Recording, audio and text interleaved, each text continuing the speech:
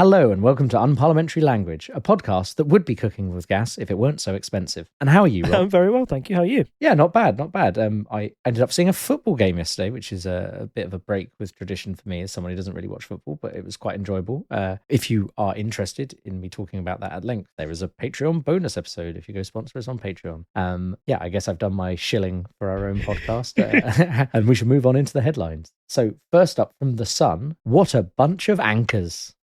What's that about, Rob? This is a great headline, isn't it? Like sometimes... That is a good headline. Yeah. Like, I know The Sun always tries to make jokes, but a lot of them are a bit rubbish or on the nose, and this one is they always try a pun, and a lot of the time I'll pick up a rubbish one that doesn't really work. This one is on the nose. So, yeah, I thought this was worth talking about. This is P&O Ferries, which is a company that runs like big cruise liners. It said it was in financial difficulty because of the pandemic. Clearly lockdowns, holidays, not something that was going on a lot. They had to put a lot of their staff on furlough and had to take money from the government to do that, and they're looking at other ways of cutting costs. And earlier, I think it was this week or the week previous, it came out of nowhere saying we're going to make an announcement today about something. The announcement was a pre-recorded message from their board of directors essentially saying all the staff that currently work in Britain on the liners were going to be made redundant effective immediately, and that they would be being replaced by who they weren't sure. But what it appears to be is that they were replaced by essentially migrant workers who people have alleged are on essentially the equivalent of like £1.50 an hour, like way, way, way below our minimum wage. But P&O Ferries can get around this by, hiring from different places in the world where they don't have different standards and getting them in. And this has understandably caused quite a big controversy, particularly with the workers that were based in the UK. It shone a spotlight on employment law within the UK and how it's changed, possibly after Brexit, because it was noted that P&O Ferry themselves have crews that work in both France and Holland, and they would also be being paid roughly the same amount as the UK workers, but they weren't replaced on this fire and hire scheme that P&O put in place because the EU bans that sort of thing from going on. Our government had a chance to ban that and decided not to. So some of the cries within Parliament and from the local Conservative MP in Dover saying this is an outrage, she was one of the ones that actually went to a protest march and tried to join in with the protesters and actually found herself being on the end of basically abuse from the protesters, saying that she was just as liable for what happened to them as the main people in charge of P&O. So yeah, I just wanted to bring it up as it's one of those things that's kind of like a shocking example of, can you really do that under capitalism? That seems incredibly unfair to do something like that so heavy-handedly, and might be one of these. We've always said that there were risks under Brexit of when you came out, that the deregulation of the UK, even though that's often said as being quite a good thing from people who were pro-Brexit, saying that it would free up the economy and help us allow to make these decisions to increase profits, increase wages, etc. Yeah, and although it clearly works in the hand of P&O, who have to, who are now paying far below minimum wage for workers, that's worked out in their favour in terms of their business decisions. It clearly isn't in the best interest of workers within the UK who have been replaced, and a large amount of people have suddenly been made redundant. It's particularly egregious when you think of P&O's parent company. They are run by Saudi billionaires, I feel. It's something like that. And although there seems to be a slight disconnect there, they could be bailed out by their masters at the top, but instead they make these odd decisions that put ordinary working people within Britain facing redundancy. That seems to be the exact opposite of everything that was promised through the Brexit referendum and what would happen.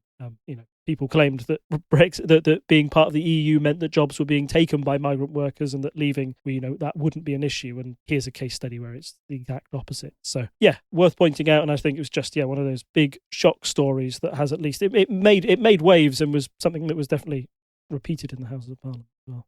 It's one of those things. Like I remember getting P&O Ferries when I was a lad, when I was a kid, and it was a thing. It seemed like it's not got the name British on it, like say British Gas or something, but it is kind of like a thing I think most people will have been involved with at some point in their lives, whether it be. I don't mean having a job there. I mean, you've probably taken a ferry to France at some point in your childhood if you went abroad, because we didn't fly everywhere when we were kids because that was expensive.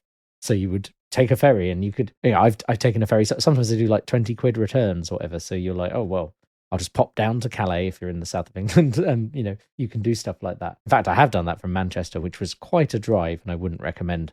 Probably not worth it for the cheap alcohol. And probably not worth doing at all now with Brexit, because you can't bring back as much. But I think most people know P&O. There's like a brand recognition thing where people think of a brand highly because, you probably could buy a model ferry when you were a kid, and that kind of thing engenders a certain idea about an organization. And then they do something like this because, it's just faceless capitalism again. And I think they're probably going to lose a lot of business over this, I would expect. Right now, I would not want to go with P&O because I know they did this, like the idea is they do this once, right? And they change to having cheaper workers. And the idea is that is sustainable in the future. But the fact that people were on boats and the boats were recalled, like that makes me go, well, I don't want to be on your boats ever. Because what if you do that again for some reason?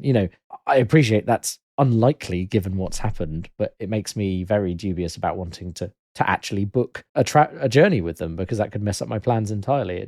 And I think maybe that will wane over time as people kind of forget about it. But it doesn't fill me with confidence. And in fact, I was already looking at the Eurostar anyway, but some of my friends were planning to get a ferry across for a holiday. We're planning this summer, and they just went, oh, well, no P&O then. We'll get the train down to London and get the Eurostar with you. So it has changed at least some people I know's decisions already, because they're just like, unsure. At the moment, it was a story that broke yesterday about one of the P&O ferries that was being staffed by the new workers. It's been basically impounded in Northern Ireland because it's been declared as unfit to sail, because they feel that there are failures on the crew familiarisation, vessel documentation and crew training. So that even brings in like a safety issue there, almost, of like, if you're going to bring in workers who don't fully understand the vessels that they are piloting. I don't know if you've watched the internet historian video, The Cost of Concordia, but that is an excellent example in what happens when you have a untrained helmsman at the helm of your boat and then it crashes into rocks and sinks and is bad. Because no matter what you do training wise, if you suddenly drop someone on a boat after, no matter what training you've given them, this agency staff that's replacing the P&O staff who've been doing it for years are just not going to have the experience of day-to-day running of that ship. And it's going to cause issues. Hopefully none that cause them to sink. Being impounded is annoying, but at least it's not a significant problem that causes harm to people. No, that was a properly wild story that happened in between our last episode and this. I guess we should move on into our next headline from the Express. The smile that says I'm free. What's that about, Rob? Yes, this is a really positive, good news story, eventually. It's nice to have one of those on the podcast for a change. This is that Nazin Zaghari Ratcliffe is finally free from her detainment in Iran after 6 years of being over there.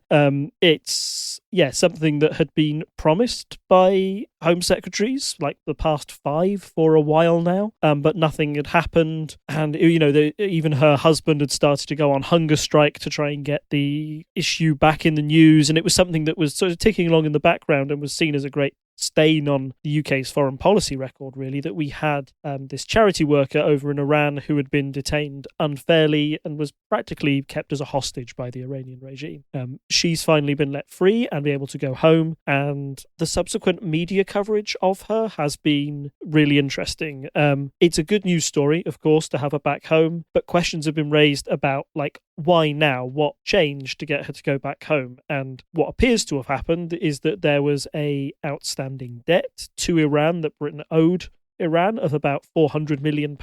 Britain had always been reticent to pay that because then they're seen as essentially paying a ransom for a hostage, which is something that, states say that they will never do. You don't want to encourage that type of behaviour in other states. However, it appears on this occasion, as she's been released, coincidentally, that debt has been repaid. And although the UK said that money has been ring-fenced basically to go into Iran's humanitarian needs rather than, like an alleged nuclear program or anything like that, it's still not a great look for Britain that the only way that they were able to resolve this conflict was by paying that debt or paying that sort of like hostage fee rather than any sort of foreign secretary channels or other methods that they tried to do in the past. So that's been a bone of contention. Also, I don't know, there has been terrible discourse from what I'd like to think is a small amount of people online and on radio call-in centres, but essentially once she'd been freed, she appeared in a big interview talking about her experiences, and as part of that, quite rightly so, she didn't really thank any of the last Home Secretaries to get her out of this situation. She essentially said that, look, this has happened five Home Secretaries too late. Everyone I spoke to said they were going to get me home, but never did. So, you'll excuse me for not reaching out and saying a big thank you to them.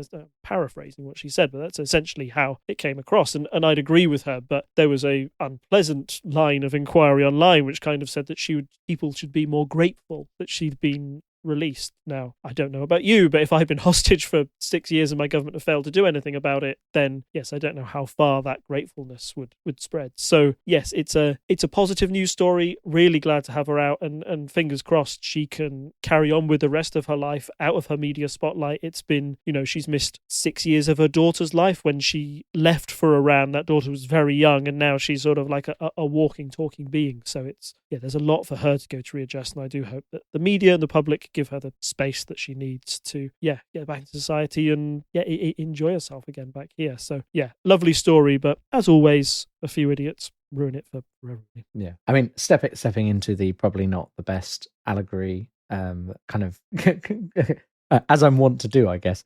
But if you paid a builder to do some work on your house, and they said it would take a month, but instead it took 2 years, you could be happy that it was finally done, but also annoyed that it took 2 years. Yes, correct. Like, it is possible to be both of these things.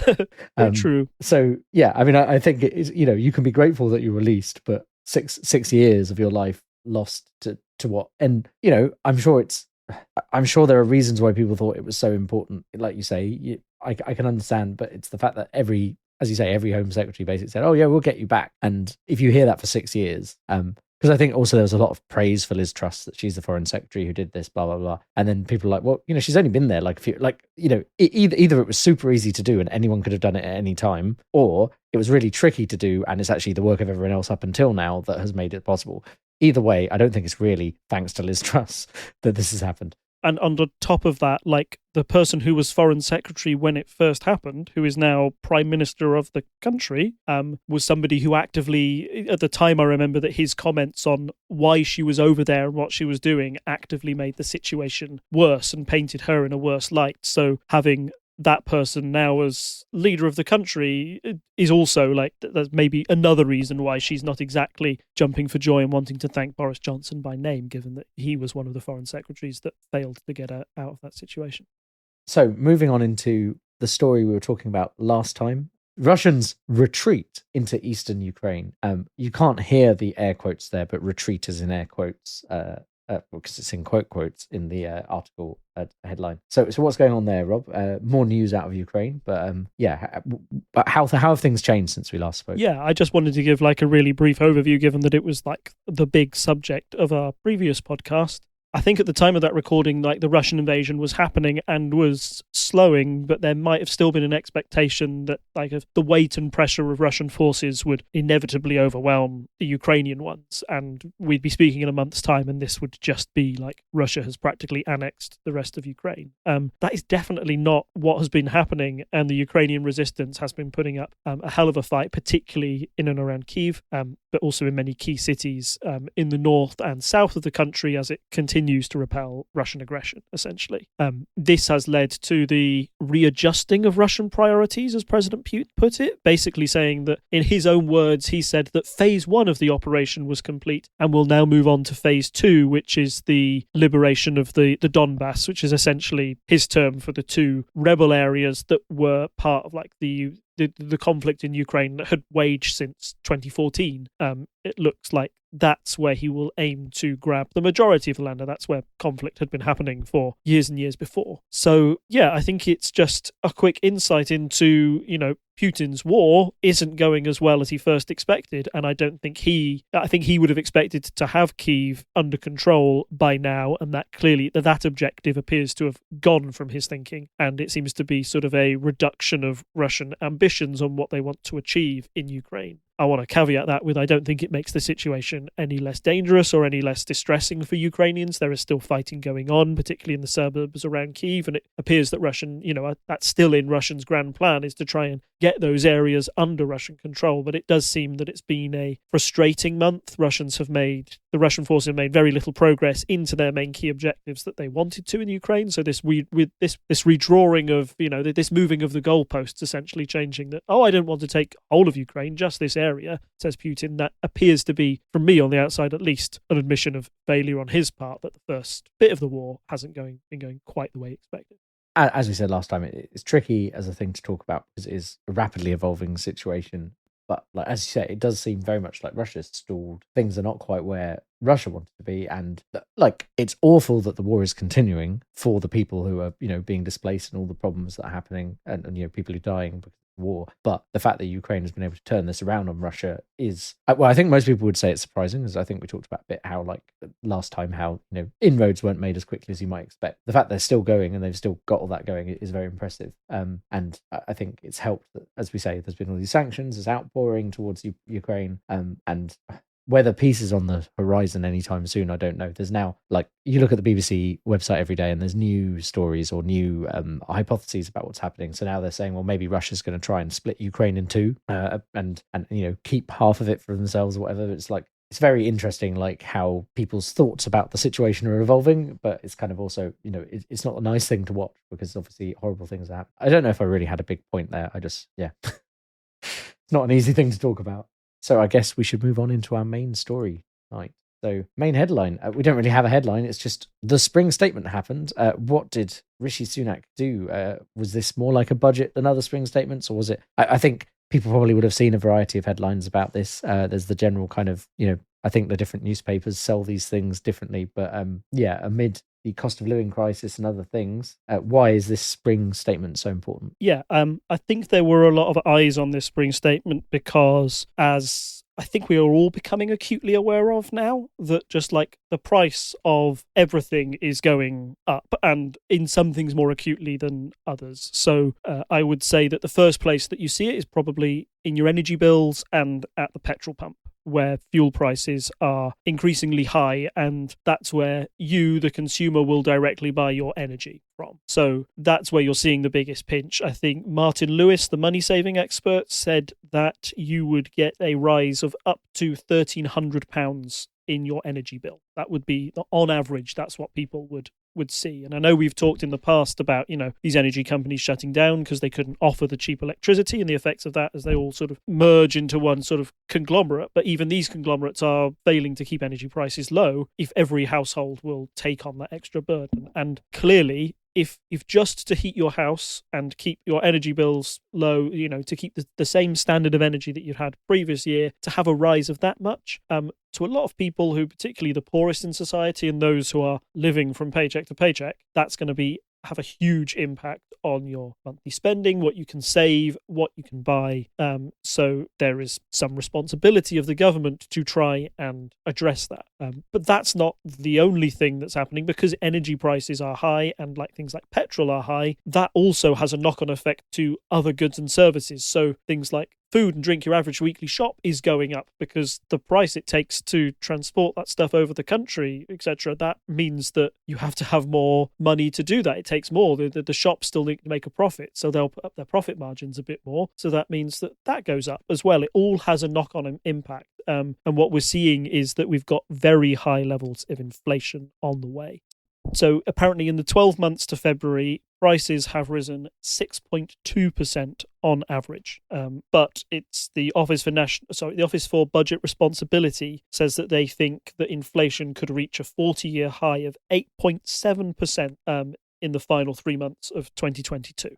So a rise of that much, inflation out of that control, and wages not keeping up as much, that clearly requires market forces left to their own devices are not keeping the cost of energy down. They are not making a sustainable economy for the poorest in society. That means that the government has to step in and do something to try and manage the economy. And that's why all of the eyes were on this spring statement to see what Rishi Sunak could do and what was in his power to do so. Because when we've looked at previous budgets, a big criticism of Rishi Sunak and the Conservative Party from their own members in particular is that government spending, particularly over the pandemic, was at an all-time high, and to try and take back some of that spending, taxes had risen. And in particular, the biggest one of these was a rise in national insurance, which everybody pays regardless of there's a very low threshold on your national insurance and when you start paying that national insurance tax.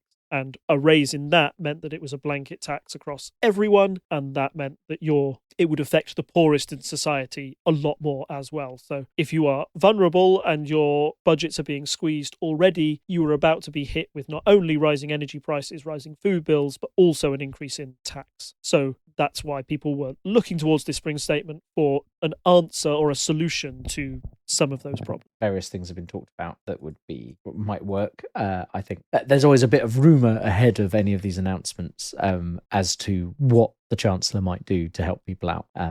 I guess we're about to dig into that in detail, but I think we might be easier to go through what the Chancellor did and then kind of say, well, what could he have done that was better than this? What could he have done previously to mean he wasn't undoing previous government policies and other things like that? Let's start off with tax and see what happens. So, I mean, obviously, one thing the government can do to ensure that people have more money in their wallet at the end of the month is to say, we're taxing you less. So what did the Chancellor do about tax? So we've just talked about national insurance and how that rise had come into place. The government is going to keep that rise in place. However, there are national insurance is a tax, and you also have income tax. Okay, and the national insurance threshold for that tax was about it kicked in once you started earning about just under £10,000 a year, and your income tax kicks in when you're earning about 12.5 grand a year. What the government has done is they've raised the threshold for national insurance payments, so that tax only kicks in when you're being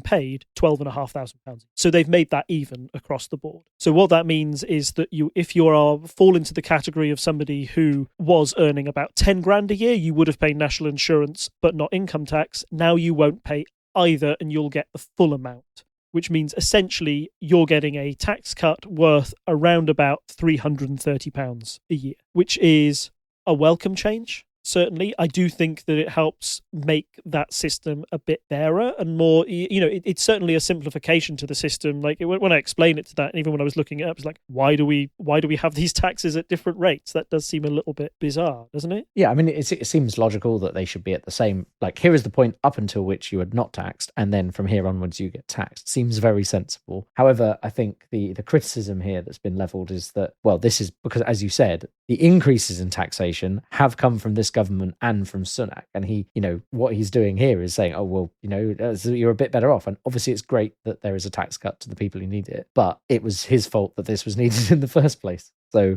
it's kind of, it's one of these things where it's like, are they just doing this for the good headline when they put taxes up last time around? Yeah, it seems, you're right, it does seem like you're patting yourself on the back for a problem that you created, and also that there are some other flaws in this plan as well. I mean, clearly that saving of £330 is good. It's great. But I've already mentioned in this podcast that energy bills are going up by £1,300. So that pays off a quarter of your energy bill, maybe. You're still having to find just under £1,000 to keep your house heated. So that money is going to disappear quite quickly, even if you are in those lower income bands and you're one of those that benefit from it.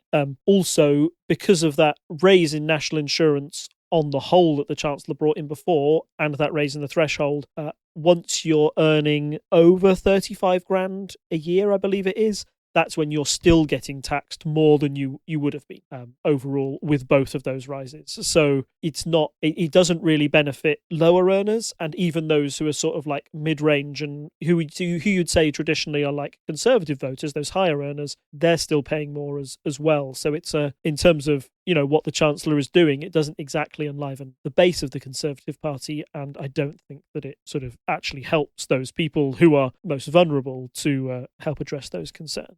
He has made another change to tax, though. This was what I call like a rabbit out of the hat, something that hadn't been leaked to the press at all. I don't know if you want to mention that one, Clee. Yeah, I was going to ask about this because I think I also have a point to raise on this one. But he's also pledged to cut the basic rate of income tax, so by 1 penny on the pound. So I think it's one of those things where it's a slightly weird way to phrase a thing that hopefully is clear to people. But it's one of those things they always struggle in the news to talk about this in a way where the average person can understand. So what does that mean, basically? Putting you on the spot here by asking you to explain the thing that the news is generally bad at explaining. It's quite funny. I always think of it. This is like very Lib Dem. I don't remember if you remember every like Lib Dem manifesto comes in. We will raise the basic rate of income tax by a penny. It sounds very little, but we will raise loads and loads of money for this parliament. Cutting it by a penny, I feel is yes. It's something where this government has been accused of not cutting taxes at all and raising them. In fact, in the last budget, it said we had the highest rate of tax post World War II. Essentially, we're getting into that sort of territory. So with this announcement, it feels like it's kind of like a pre-election announcement to try and shore up your Conservative voters and say, look, we are Conservatives, we don't believe in big government, we want to cut taxes, and we are promising that we will. The problem with this all is that it's a promise for this tax rate to come in 2024, which is 2-3 years down the line.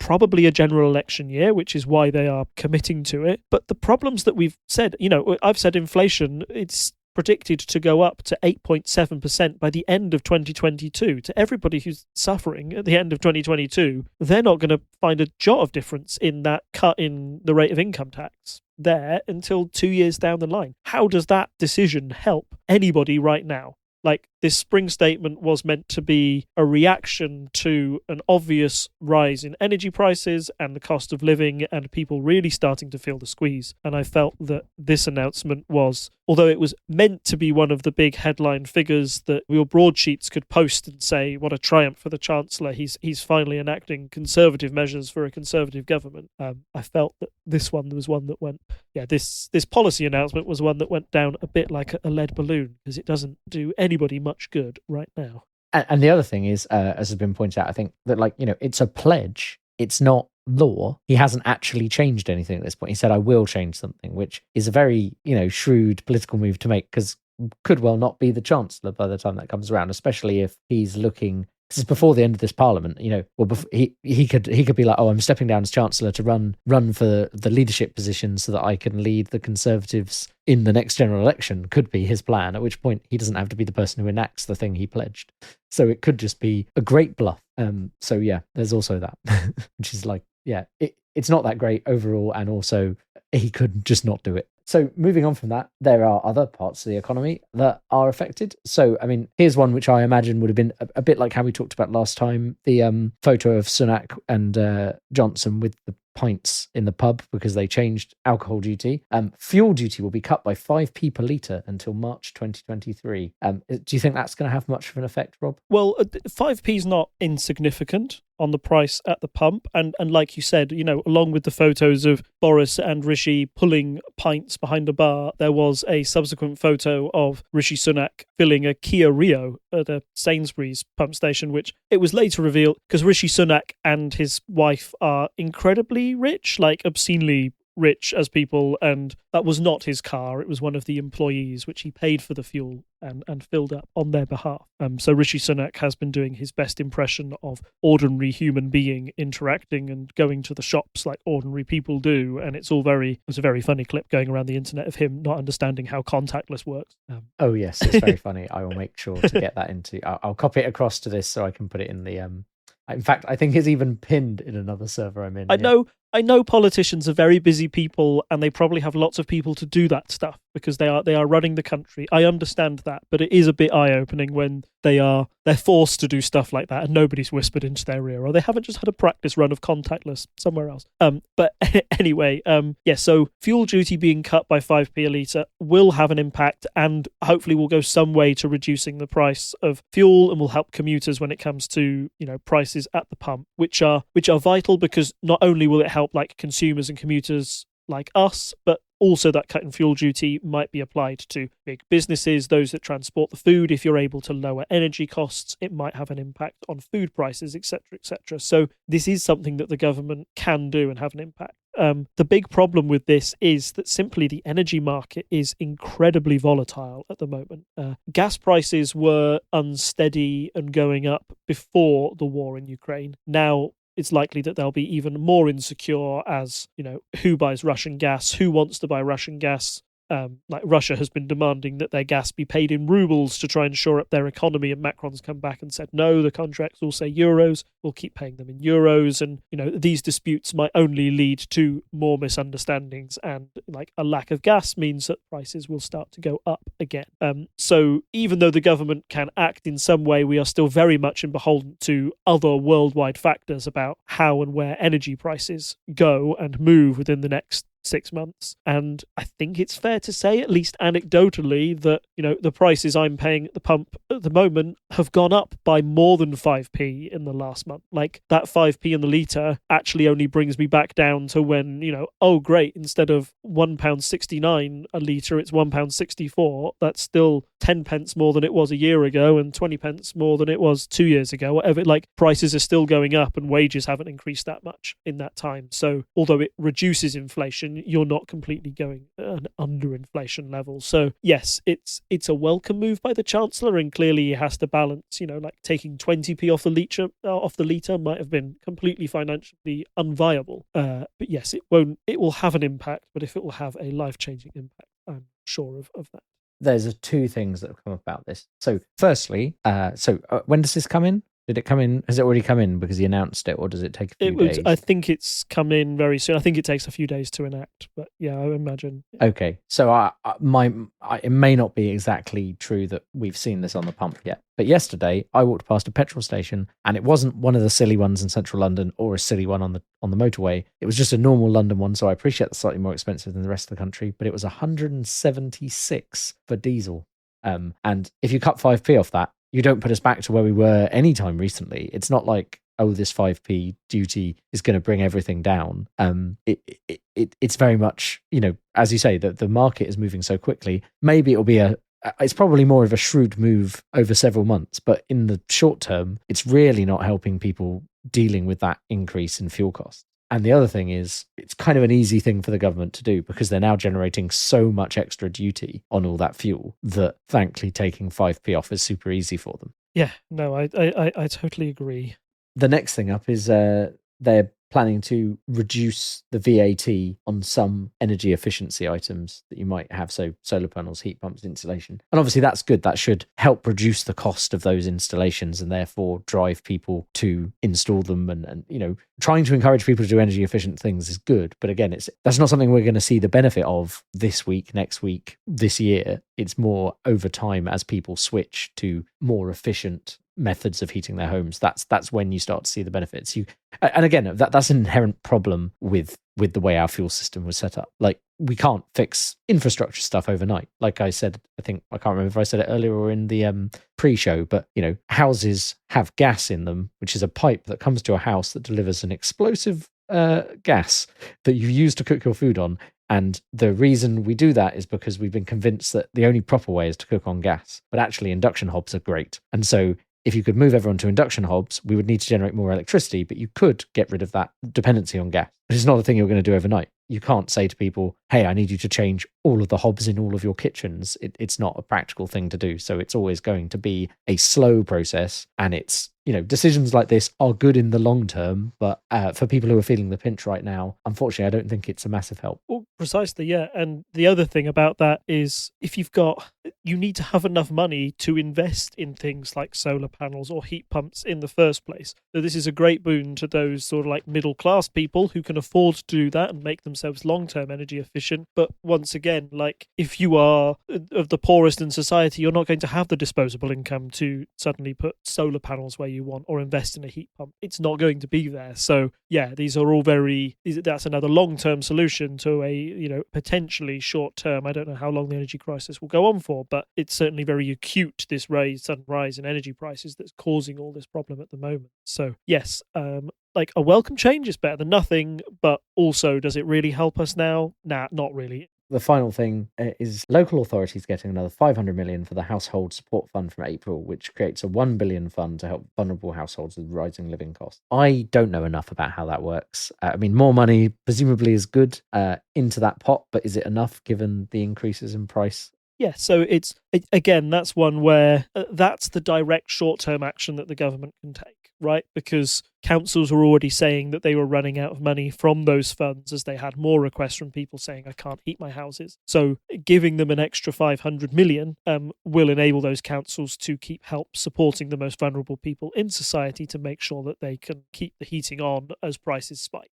So that is your short-term sticking plaster over this situation. However, that's 500 million isn't necessarily designed to, that's not all for energy. It could be used on other items. That's quite like a fluid amount. It's not, that 5p on fuel and petrol, cutting that cost, that's very directly aimed at one thing. Giving more to this support fund means that money is slightly more flexible in a way that might be more or less helpful given the scenario. So yeah, I'd actually say that's the welcome thing that's in the statement. But again, the thing that's always going to be discussed from the Labour benches or those that are suffering is that £500 million amount enough? Does it actually, it doesn't go any way to solving the energy crisis, and I'm not saying that the government can solve it indefinitely, but when you have a look at what places like France did to try and mitigate their energy costs, which was essentially stopping fuel companies from raising their prices anymore, saying that, hey, you make so much profit each year, you can afford to keep your fuel prices low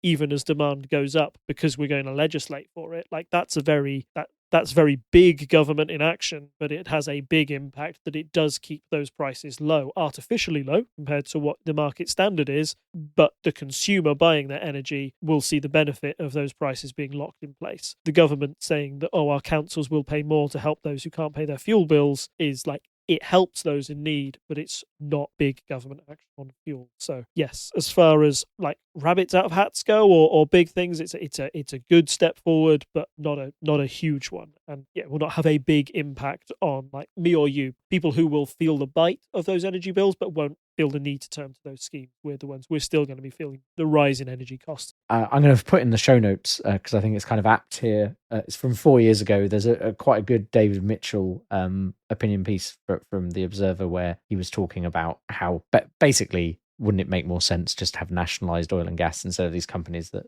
keep hiking their prices and, as you say, taking large profits and not lowering the prices when they need to lower them to help people out, because people are basically forced to buy it. You can move about between them, but they will set their prices.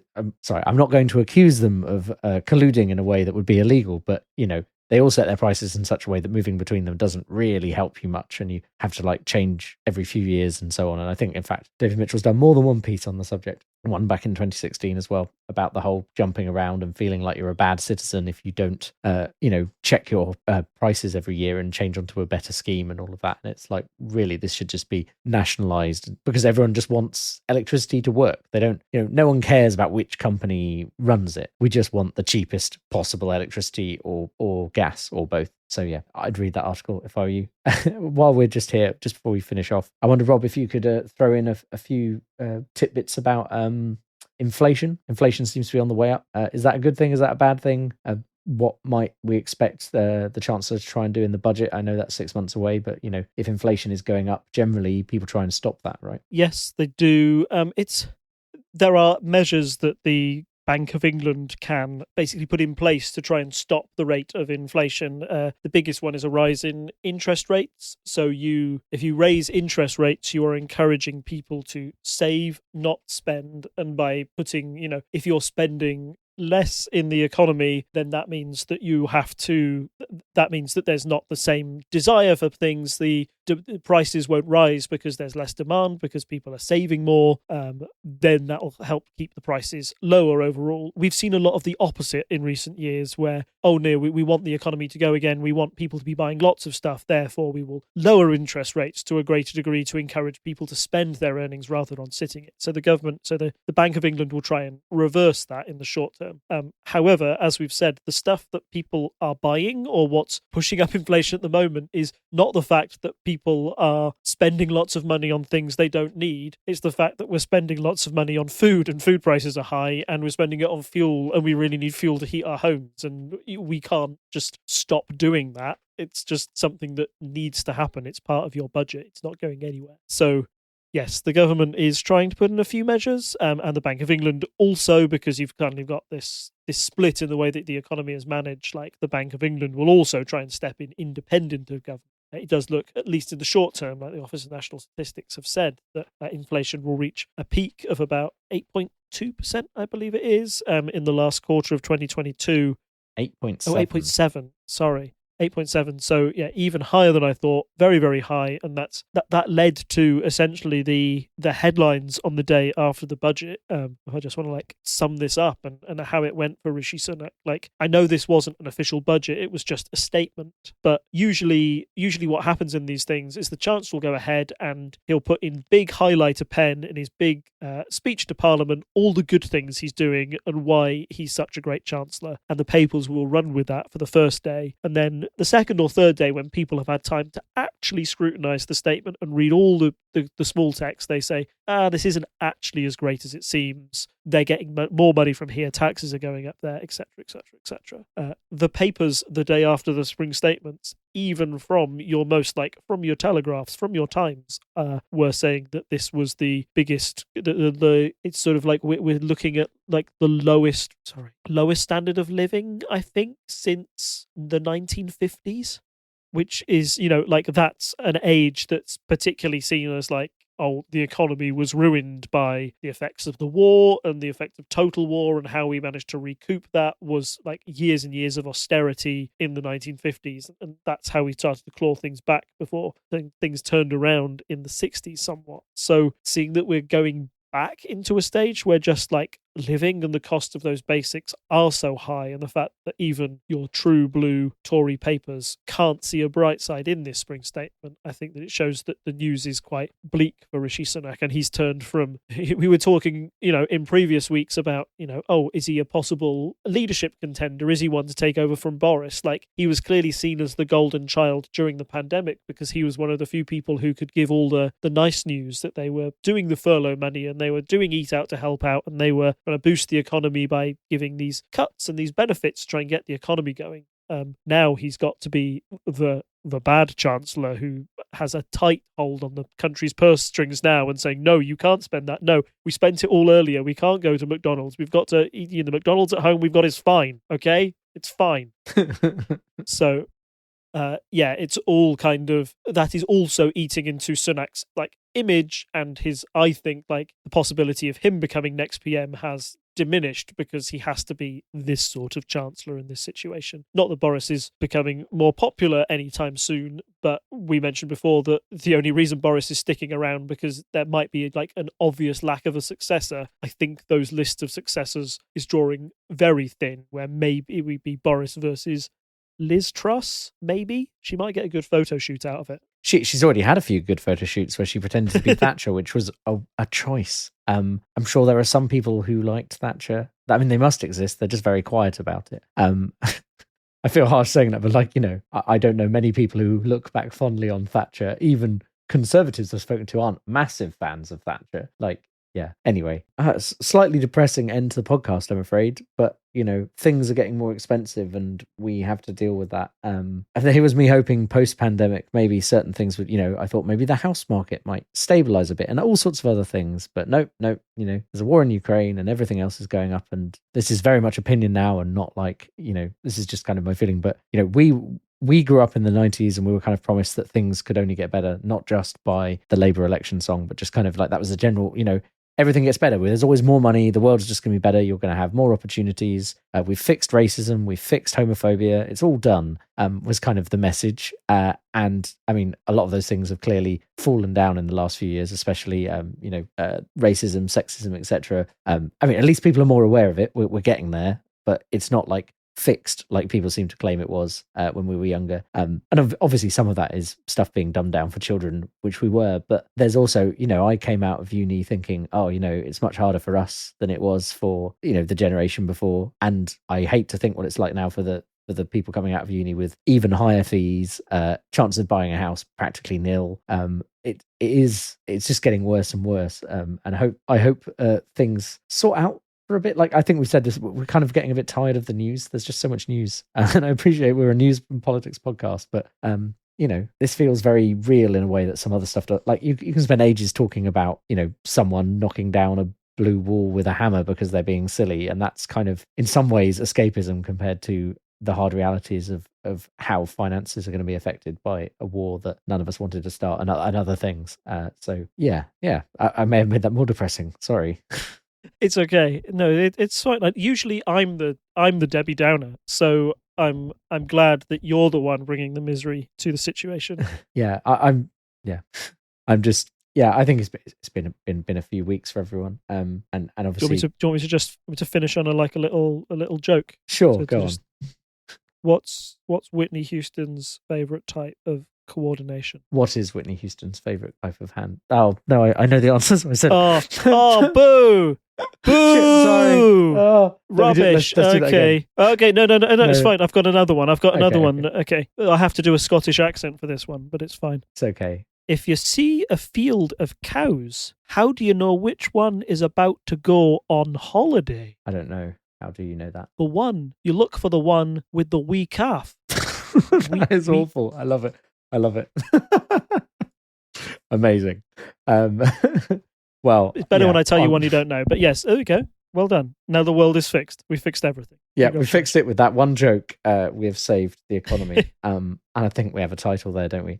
So thank you as always, Rob, for joining me and explaining the world of politics to me, as you do every other week. And as always, I say to our listeners, if you want to support us, you can go on to patreon.com/TTSS and throw $1 or $2 our way. And you get access to Patreon bonus podcasts where Rob and I talk about our lives and other things, and sometimes video games. And of course, you can find us in all the usual places on social media. So you can find us at Facebook as Unparliamentary Language. You can find us on Twitter and Instagram at Unpol and you can find us on Reddit at /r/unparliamentary. And I don't think there's anything else left for me to say other than it's good night from me. And it's good night from him. Bye. Bye. Bye-bye. Bye. Bye. Bye. Bye.